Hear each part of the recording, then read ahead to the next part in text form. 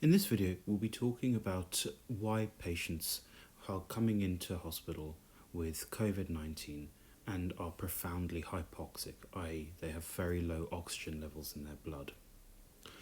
We'll review some of the physiology that you would have learned in both GCSE and A-level or IB biology, and then we'll apply that to this specific disease process and then think a little bit about how to treat this based on what you understand of the physiology. So we'll talk about what oxygenation of the blood depends upon, and we'll specifically be looking at both the lung and inside the lung, the alveolus, and the blood supply to the alveolus. Then we'll talk about a real-life case of a patient with COVID disease so that you get an idea of exactly how these patients present, and then we can work out from the physiology why they present in the way that they do. And at the end, we'll think a little bit about a few questions to go away and think about. They'll specifically be related to COVID and how we can treat these patients and how you can come up with a treatment plan and potential therapies to try and improve these patients and increase their chances of recovery. And the things that you will be coming up with are exactly the things that we are now studying in big multi-center trials in intensive care and on the wards. So to begin with, it's worth thinking about how oxygen gets into the body. And the primary way in which oxygen gets into the body is that it is breathed through the mouth, goes through the trachea, through the bronchi, and then into the lungs. And if you open up a lung, what you find is that you've got two major components. You have the alveoli, which are basically big balloons or sacs of air, and surrounding them you have blood vessels. You get deoxygenated blood, i.e. blood with not much oxygen in it, from the right side of the heart, coming through, which is the blue, and then as it wraps around these little alveoli, they diffuse oxygen into the blood and CO2 comes out. And so as it runs across and goes into the left side of the heart, it'll come out oxygenated. That is the only way in which the body gets oxygen into the blood, through the lungs. So if there's any disease that affects the lungs, and specifically the blood flow or the alveoli themselves, then you are going to drop your oxygen levels, and that is exactly what happens in COVID or coronavirus infections. So if we think about it schematically, there's a couple of aspects to the alveolus which you would have learnt about. The first is that it's an air-filled sac. It's a little balloon, and inside this balloon you've got oxygen that you breathed in, and in normal air you have 21% oxygen, and you have very little to no carbon dioxide. Now you know that gases diffuse from areas of high concentration to low concentration. So if you imagine you have 21% oxygen in the alveolus, and let's say you only have 5% oxygen here, you are going to diffuse down the concentration gradient so the blood becomes oxygenated. Conversely, if you think about carbon dioxide, you've almost got 0% carbon dioxide in the alveolus because the air that you breathe has very little to no carbon dioxide. Whereas in the blood supply, you might have, let's say, 10% carbon dioxide. And so that's going to diffuse out down the concentration gradient. And this is where the movement of oxygen and carbon dioxide in the alveolus becomes an important measure of how the lungs work.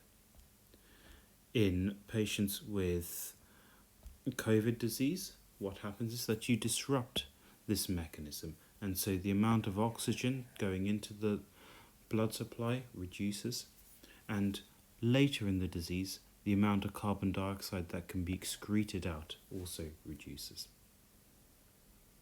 So you can see, looking at this, there's a few things that have been adapted in the lungs to make it as efficient as possible for the transfer of oxygen in and carbon dioxide out. The first thing to note is if you look at the alveolar wall, it's only one cell thick. Similarly, With the capillary, it's only 1 cell thick. So for these gases to diffuse in and out of the capillaries and the alveoli, it's not got a lot of distance or resistance to go through. You can imagine that if this becomes inflamed and you get a lot of fluid or thickening with inflammation and scarring, that can increase the amount of distance that the gas has to transfer across, making it difficult and therefore reducing the amount of carbon dioxide removal and reducing the amount of oxygen being drawn into the blood. Similarly, you can see that each alveolus is wrapped around by a capillary, and that's supplying blood, so that every alveolus which is full of oxygen has got blood flowing through it, and therefore you're going to get maximum amount of oxygen being drawn into the blood. Imagine, however, if one of these alveoli become blocked up. Now there's no blood coming in, so even though the alveolus may be full of oxygen, the blood isn't getting here, and therefore you're not going to get that gas exchange. And there are a number of different mechanisms that we will be talking about through this lecture that are probably causing hypoxia, i.e. low oxygen levels in patients' blood in those who are suffering from COVID infections. And we'll think a little bit more about them as we go along. But this is the basic physiology. This is the only thing you really need to think about when thinking about why a patient has got a low oxygen level and why their CO2 levels may be starting to go up in their blood. So let's think a little bit about a real-life case. So a 55-year-old man comes in with a 3-day history of fever, myalgia, meaning muscle pains, and a dry cough. This is the sort of typical picture that you get from someone with a viral infection, whether that's COVID, the flu, or just the cold. They have a past medical history of high blood pressure, that's HTN, standing for hypertension, and type 2 diabetes. In COVID patients, typically the ones who tend to do badly are those that have other comorbidities. Comorbidities meaning other medical problems. It's difficult as to why these patients with high blood pressure and diabetes specifically tend to do so badly, and it may be related to the way in which the virus works, but also the fact that if you've got more medical problems, your body is just that much weaker and therefore not able to cope with infection in the same way as a young, fit person.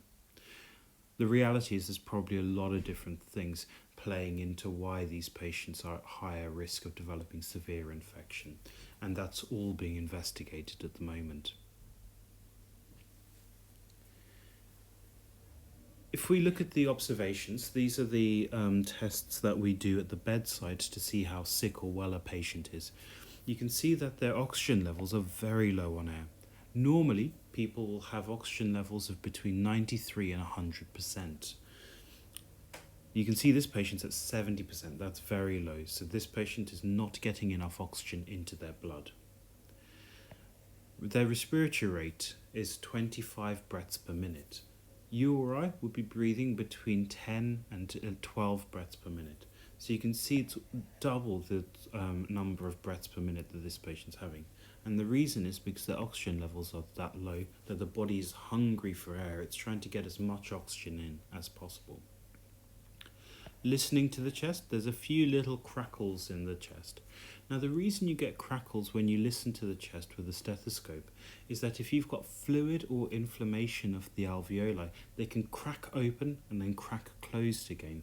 And so that's why you sometimes get sort of a crepitation type sound. And the way to think about it is if you take some greaseproof paper or just some newspaper and rustle it next to your ear, that's the sort of sound that we get when there's infection, inflammation, or fluid inside the lungs.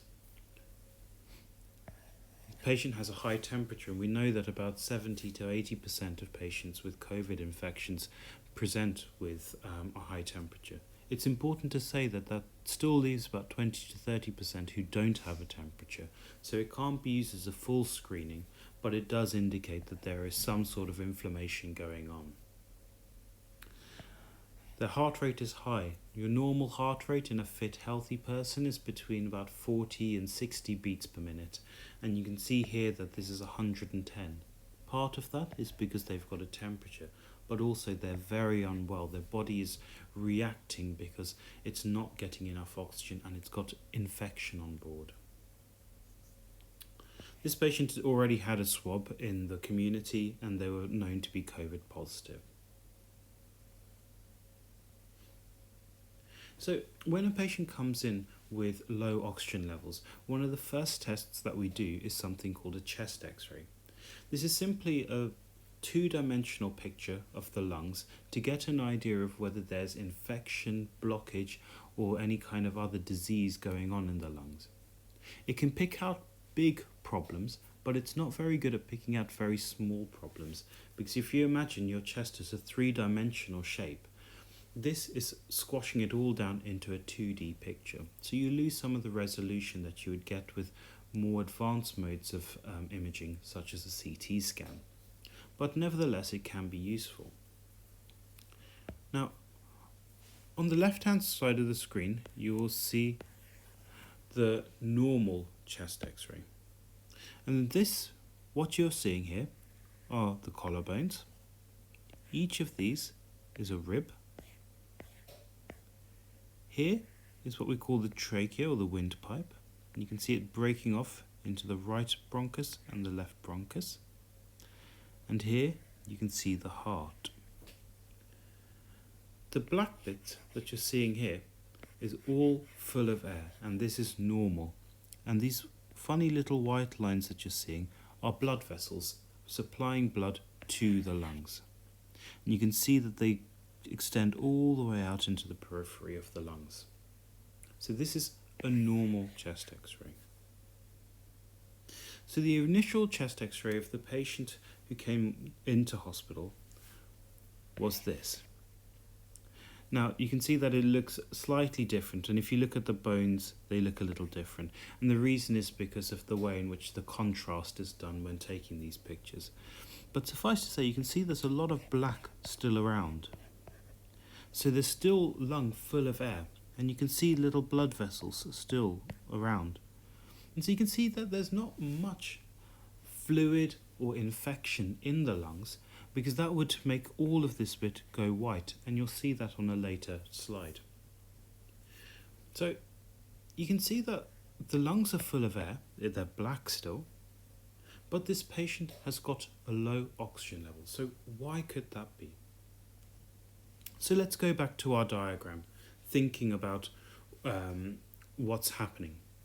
So we saw from the x-ray that the lungs are still black, they've still got air in them. So these alveoli, these sacs of gas, have got lots of oxygen in. But this patient's got a low oxygen level in the blood. So if the alveolus is okay, then the only thing that could be explaining this is that the blood vessels have a problem. The blood isn't getting oxygenated. And there's a number of theories as to why that could be in early COVID disease, and this is what we call L-type COVID disease. And this is where there's a problem with potentially the blood supply as opposed to the alveolus. And what they're thinking is there might be two major things going on. Getting little blood clots in these small capillaries. And if you've got a blood clot, blood will try to get in, and then it's going to get stopped. And so there's no blood coming out here, and so none of this oxygen here is actually getting into the blood. So blood clots can do it, but also these capillaries and the slightly larger blood vessels called the arterioles have a bit of smooth muscle in them, and that can constrict down. If you've got inflammation of the vessel wall, or you've got constriction of those muscles, you can get what we call a vasculitis, inflammation of the walls of the blood vessels. And if you imagine this gets inflamed up, you can narrow down the caliber of the blood vessel, and therefore you get less blood flowing through. So there's probably a combination of things here, but we know from the x-ray that the alveoli themselves are open, so this must be more a problem with the blood flow, and it could be that they're getting blood clots, or they're getting inflammation of the vessel walls through what we call a vasculitis, and that could be causing reduction in blood flow through aerated parts of lung. Now, this patient continues on, and after 2 days of being in hospital, being given oxygen, he's getting worse.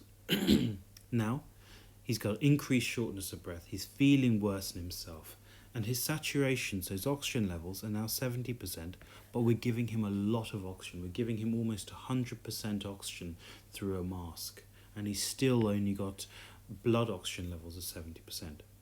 His respiratory rate is increasing because he's getting more hungry for air. He's maybe getting tired as well because he's been breathing hard for 2 days in hospital. His heart rate's going up and his blood pressure has been staying relatively the same. So this patient has now got worse.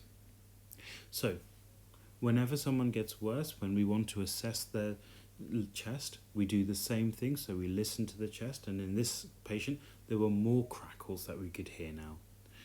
And so we got another chest x-ray. Again, to orientate you, on the left hand side you see a normal chest x-ray. So you see this is the lung itself, these are the diaphragms, this is the liver sitting here, this is the stomach bubble here, this is the heart, this is the trachea breaking off into right and the left main bronchus. These bits here are all little blood vessels that extend out into the periphery. And it's black, so it's full of air. There's all air in it. So this is a normal chest x-ray. Compare that to what this patient has now. Can you see down the bottom here?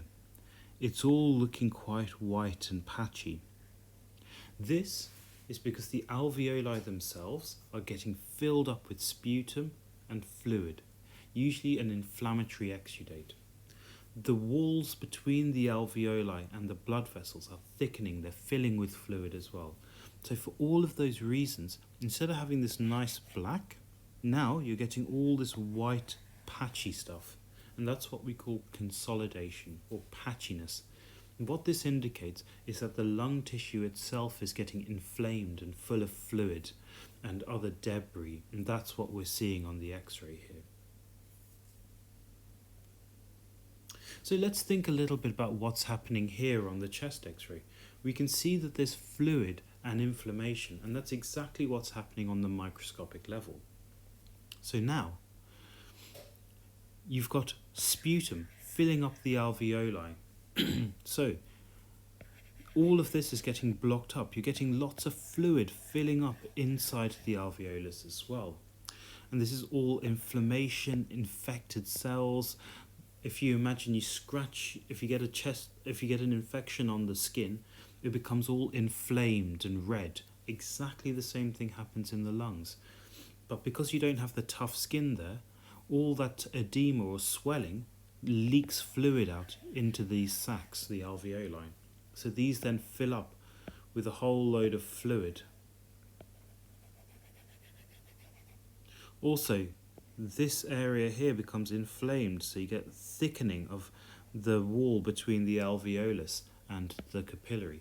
And so the diffusion of oxygen now has to go through all of this fluid, this thickening of the wall, and it might be that these alveoli aren't getting any oxygen in at all because they're being blocked off with sputum.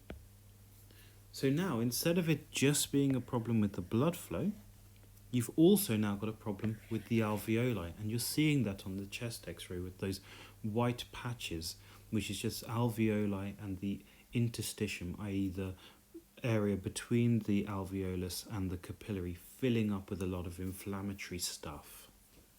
And so this is going to impair oxygen getting into the blood supply, and that's what's making this patient even more hypoxic or having a low blood oxygen level now. And you can see this schematically here. If you've got someone sick, all these fluids, all this fluid is filling up inside the alveoli, and so it's stopping oxygen from getting in. If you look here at the normal alveolus, you've got a nice thin wall and you've got the capillary sitting here, and so oxygen can diffuse into the blood really easily. Compare that to the inflamed, infected alveolus, where you've got lots of white blood cells that are trying to fight infection moving into the alveolus. You're getting a lot of this inflammation, or what we call hyaline membranes, being deposited. It's just basically scar tissue forming to try and destroy off all the infected cells. The capillaries themselves start to get inflamed as well, and you get lots of stuff moving into the space in between the alveolus and the blood supply. Again, that's going to increase the distance for oxygen to diffuse across and into the blood. So for all of these reasons, you're going to reduce the amount of oxygen that's going to be absorbed into the blood from the alveolus. And so this is what's happening in H phenotype of COVID. And it seems like there might be a spectrum where patients move from the L type, where it's mainly a problem with the blood vessels, but as the disease progresses and as we try to treat them, and every treatment we give in the patients who have a low oxygen level does to some extent harm the lungs. Giving high levels of oxygen can damage lung. And so this might be causing more problems later down the line, and then that's what's starting to develop this H phenotype, where there's inflammation and fluid moving into the alveolus itself. So I hope you've seen from this that there's a spectrum of disease. We've got the L phenotype. This is the patients whose blood vessels themselves aren't supplying blood into the lung adequately to be oxygenated. And then as time goes on, as infection progresses, you're getting this inflammation and you're getting the alveoli filling up with fluid. You see that on the chest x-ray with the white patchy shadowing. And so it begs the question, how do we treat these patients? And this is what I want you to go away and think a little bit about. Based on what I've said, how can you treat these patients? Can you think of anything that you can do to try and improve their oxygen levels in their blood? So think about the L phenotype. This is where the blood vessels either spasm, and so the smooth muscle contracts, or they become inflamed, or they have blood clots that form inside the blood vessel themselves, so they stop blood from being able to flow through them and thus be oxygenated. And then think about the H phenotype. How could you treat these patients? These are the patients who the alveoli are filling up with sputum and inflammatory stuff. There's a lot of inflammation going on around there.